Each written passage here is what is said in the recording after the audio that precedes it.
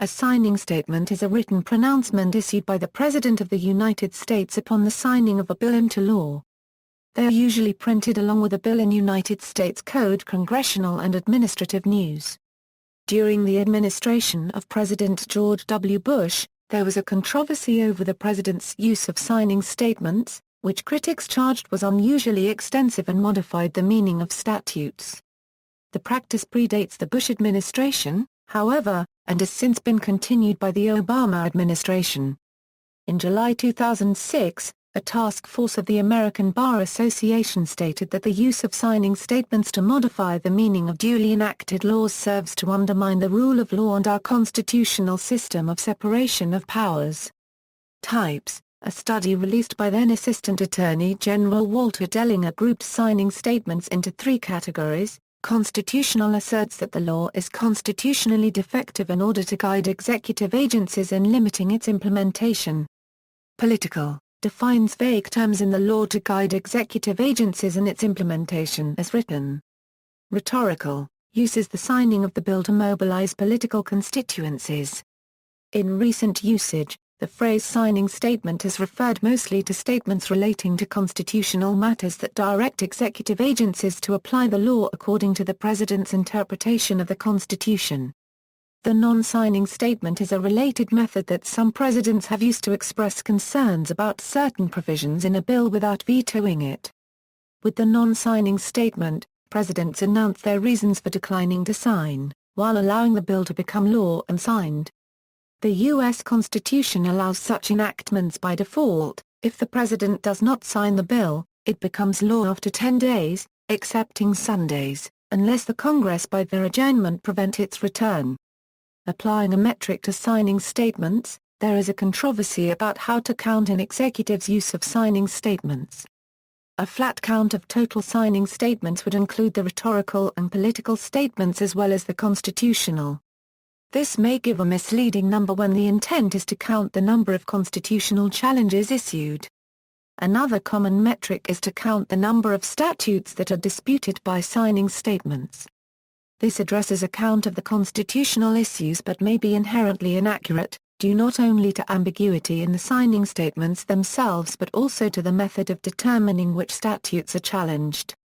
A Congressional Research Service report issued on September 17, 2007, uses as a metric the percentage of signing statements that contain objections to provisions of the bill being signed into law. President Reagan issued 250 signing statements, 86 of which contain provisions objecting to one or more of the statutory provisions signed into law. President George H. W. Bush continued this practice, issuing 228 signing statements, 107 of which raised objections. President Clinton's unregistered trademark's conception of presidential power proved to be largely consonant with that of the preceding two administrations. In turn, President Clinton made aggressive use of the signing statement, issuing 381 statements, 70 of which raised constitutional or legal objections. President George W. Bush has continued this practice, issuing 152 signing statements, 118 of which contain some type of challenge or objection. In March 2009, The New York Times cited a different metric, the number of sections within bills that were challenged in signing statements. Mr. Bush broke all records, using signing statements to challenge about 1,200 sections of bills over his 8 years in office, about twice the number challenged by all previous presidents combined, according to data compiled by Christopher Kelly, a political science professor at Miami University in Ohio. Legal significance: no United States Constitution provision, federal statute, or common law principle explicitly permits or prohibits signing statements. However, there is also no part of the Constitution that grants legal value to signing statements. Article I, Section 7 empowers the President to veto a law in its entirety, to sign it, or to do nothing. Article 2, Section 3 requires that the executive take care that the laws be faithfully executed. The Constitution does not authorize the President to cherry-pick which parts of validly enacted congressional laws he is going to obey and execute, and which he is not. Signing statements do not appear to have legal force by themselves, although they are all published in the Federal Register. As a practical matter, they may give notice of the way that the executive intends to implement a law, which may make them more significant than the text of the law itself. There is a controversy about whether they should be considered as part of legislative history. Proponents argue that they reflect the executive's position in negotiating with Congress. Opponents assert that the executive's view of a law is not constitutionally part of the legislative history because only the Congress may make law. Presidential signing statements maintain particular potency with federal executive agencies, since these agencies are often responsible for the administration and enforcement of federal laws. A 2007 article in the Administrative Law Review noted how some federal agencies' usage of signing statements may not withstand legal challenges under common law standards of judicial deference to agency action. Supreme Court rulings The Supreme Court has not squarely addressed the limits of signing statements. Marbury v. Madison and its progeny are generally considered to have established judicial review as a power of the court, rather than of the executive. Chevron USA, Incorporated v. Natural Resources Defense Council, Incorporated, 467 U.S. 837, established court deference to executive interpretations of a law if Congress has not directly spoken to the precise question at issue, and if the interpretation is reasonable. This applies only to executive agencies. The President himself is not entitled to Chevron deference. To the extent that a signing statement would nullify part or all of a law, the court may have addressed the matter in Clinton v. City of New York, which invalidated the line-item veto because it violated bicameralism and presentment. In Hamdan v. Rumsfeld, the Supreme Court gave no weight to a signing statement in interpreting the Detainee Treatment Act of 2005, according to that case's dissent. Presidential usage The first president to issue a signing statement was James Monroe. Until the 1980s, with some exceptions, signing statements were generally triumphal, rhetorical, or political proclamations and went mostly unannounced. Until Ronald Reagan became president, only 75 statements had been issued. Reagan and his successors George H. W. Bush and Bill Clinton produced 247 signing statements among the three of them. By the end of 2004, George W. Bush had issued 108 signing statements containing 505 constitutional challenges. As of January 30, 2008, he had signed 157 signing statements challenging over 1,100 provisions of federal law. The upswing in the use of signing statements during the Reagan administration coincides with the writing by Samuel A. Alito then a staff attorney in the Justice Department's Office of Legal Counsel of a 1986 memorandum making the case for interpretive signing statements as a tool to increase the power of the executive to shape the law. Alito proposed adding signing statements to a reasonable number of bills as a pilot project, but warned that Congress is likely to resent the fact that the president will get in the last word on questions of interpretation. A November 3, 1993 memo from White House counsel Bernard Nussbaum explained the use of signing statements to object to potentially unconstitutional legislation, if the president may properly decline to enforce a law, at least when it unconstitutionally encroaches on his powers, then it arguably follows that he may properly announce to Congress and to the public that he will not enforce a provision of an enactment he is signing.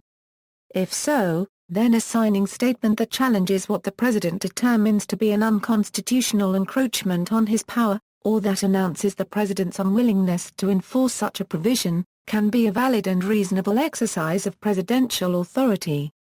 This same Department of Justice memorandum observed that use of presidential signing statements to create legislative history for the use of the courts was uncommon before the Reagan and Bush presidencies. In 1986, Attorney General Edwin Meese III entered into an arrangement with the West Publishing Company to have presidential signing statements published for the first time in the U.S. Code Congressional and Administrative News, the standard collection of legislative history. Controversy over George W. Bush's use of signing statements. George W. Bush's use of signing statements was and is controversial, both for the number of times employed and for the apparent attempt to nullify legal restrictions on his actions through claims made in the statements. For example, his signing statement attached to the National Defense Authorization Act for fiscal year 2008. Some opponents have said that he in effect uses signing statements as a line-item veto. The Supreme Court had previously ruled such vetoes as unconstitutional in the 1998 case, Clinton v. City of New York. Previous administrations had made use of signing statements to dispute the validity of a new law or its individual components. George H. W. Bush challenged 232 statutes through signing statements during 4 years in office, and Clinton challenged 140 over 8 years. George W. Bush's 130 signing statements contain at least 1,100 challenges. The signing statement associated with the Detainee Treatment Act of 2005, prohibiting cruel, inhuman and degrading treatment of detainees in U.S. custody, attracted controversy. The executive branch shall construe the act, relating to detainees, in a manner consistent with the constitutional authority of the President to supervise the unitary executive branch and as Commander-in-Chief, and consistent with the constitutional limitations on the judicial power. The use of signing statements that fall into the constitutional category can create conundrums for executive branch employees.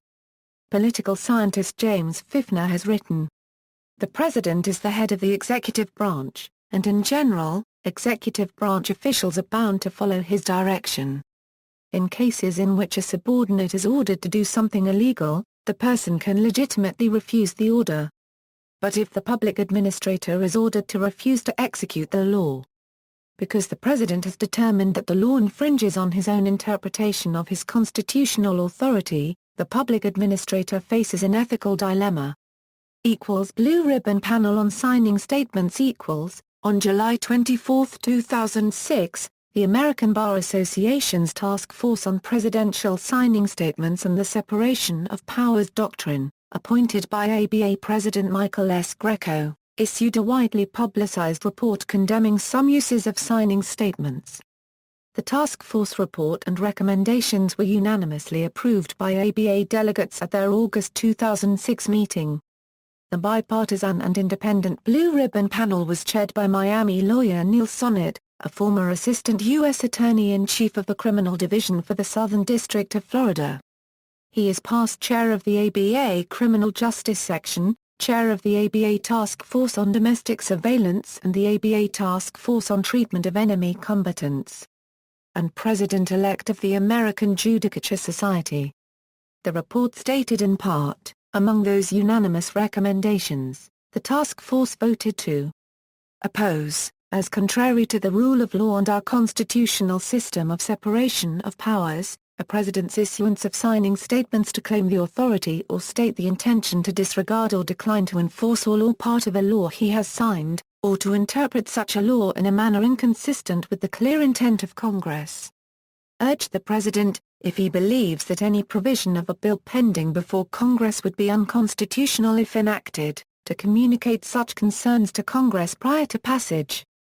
Urge the President to confine any signing statements to his views regarding the meaning, purpose, and significance of bills, and to use his veto power if he believes that all or part of a bill is unconstitutional. Urge Congress to enact legislation requiring the President promptly to submit to Congress an official copy of all signing statements, and to report to Congress the reasons and legal basis for any instance in which he claims the authority, or states the intention, to disregard or decline to enforce all or part of a law he has signed, or to interpret such a law in a manner inconsistent with the clear intent of Congress, and to make all such submissions be available in a publicly accessible database. Signing statements in the Obama administration. On March 9, 2009, President Barack Obama ordered his executive officials to consult Attorney General Eric Holder before relying on one of George W. Bush's signing statements to bypass a statute. He stated that he only plans to use signing statements when given legislation by Congress which contain unconstitutional provisions. In a memo to the heads of each department in the executive branch, Obama wrote, "In exercising my responsibility to determine whether a provision of an enrolled bill is unconstitutional, I will act with caution and restraint, based only on interpretations of the Constitution that are well-founded. During his presidential campaign, Obama rejected the use of signing statements. He was asked at one rally, "When Congress offers you a bill, do you promise not to use presidential signing statements to get your way?" Obama gave a one-word reply, "Yes." He added that "We aren't going to use signing statements as a way to do an end run around Congress." On March 11, 2009, President Obama issued his first signing statement, attached to the omnibus spending bill for the second half of FY 2009. Numerous provisions of the legislation purport to condition the authority of officers to spend or reallocate funds on the approval of congressional committees. These are impermissible forms of legislative aggrandizement in the execution of the laws other than by enactment of statutes. Therefore, although my administration will notify the relevant committees before taking the specified actions, and will accord the recommendations of such committees all appropriate and serious consideration, spending decisions shall not be treated as dependent on the approval of congressional committees. Likewise, one other provision gives congressional committees the power to establish guidelines for funding costs associated with implementing security improvements to buildings. Executive officials shall treat such guidelines as advisory. Yet another provision requires the Secretary of the Treasury to accede to all requests of a Board of Trustees that contains congressional representatives. The Secretary shall treat such request as non-binding.